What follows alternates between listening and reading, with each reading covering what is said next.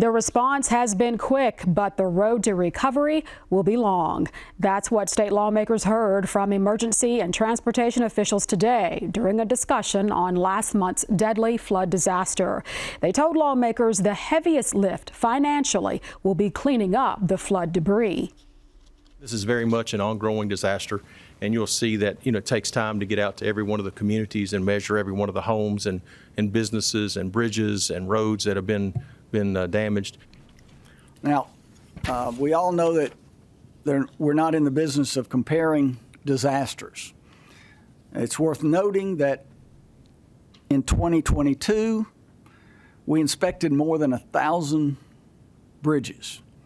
155 were damaged, and that represented a value and a cost of about $55 million. Over 1,000 roadway damages occurred across 9 counties. This time, of course, we've had impacts in 39 counties. At this time, we're opening up a number of disaster recovery centers. We have teams going door to door through those impacted counties that are listed there. And you can see the kind of the force lay down. Those dots all kind of indicate different things that are going on to get the assistance into the individuals that live in those counties. I think we've had a tremendous impact. Less than 7 days ago, we signed President Trump signed this declaration for us to start activating the individual assistance. And this morning's update at 11 o'clock, we had dispersed $5.5 million to individuals in Eastern Kentucky.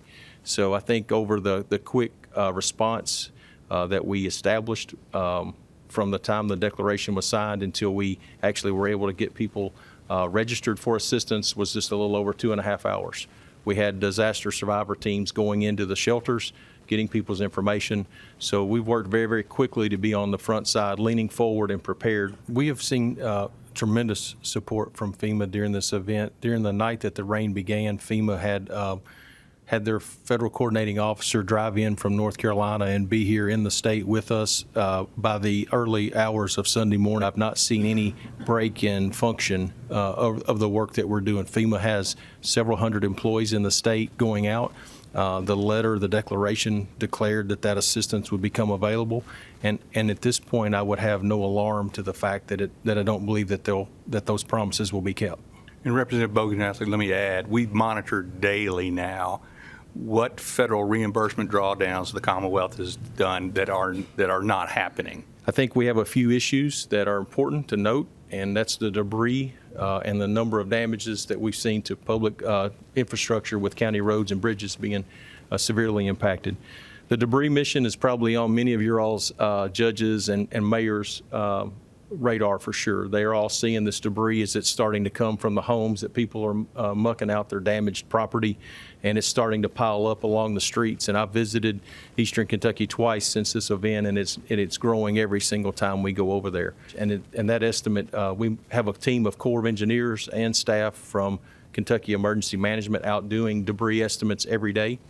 And we're trying to understand just how much debris there is and how big of a mission it's going to be to actually get it all cleaned up and into the proper landfill, be it hazardous waste or vegetative debris or whatever it may be. We've allocated just prior to and during the beginning of this disaster, $21.5 million of that $50 million, leaving a little $28.5 million of the cap available. We're still, as the director and the secretary was saying, we're still assessing the damage, but we feel pretty certain, just because of the debris removal exercise itself, that we're going to hit that $50 million cap. And so one of the things we asked the General Assembly to consider is to, in essence, provide for more funding than the $50 million so that we can continuously respond to this disaster as we move down the line. And as the director said, the debris removal is going to be the biggest number. And when we did the East Kentucky flood. For example, in the East Kentucky flood disaster in 22, we spent $338 million of state general fund dollars on that one. Now, that was a much larger and more damaging disaster, but to give you a sense of, and that was a record. Now, we recognize that come July 1, another $50 million kicks in terms of the budget bill, but we feel pretty good that before we get there, we're going to hit that cap. And so we ask your indulgence in terms of lifting the cap or appropriating more funds. Emergency officials also told lawmakers at the height of the disaster there were 355 road closures. Now, 49 remain closed.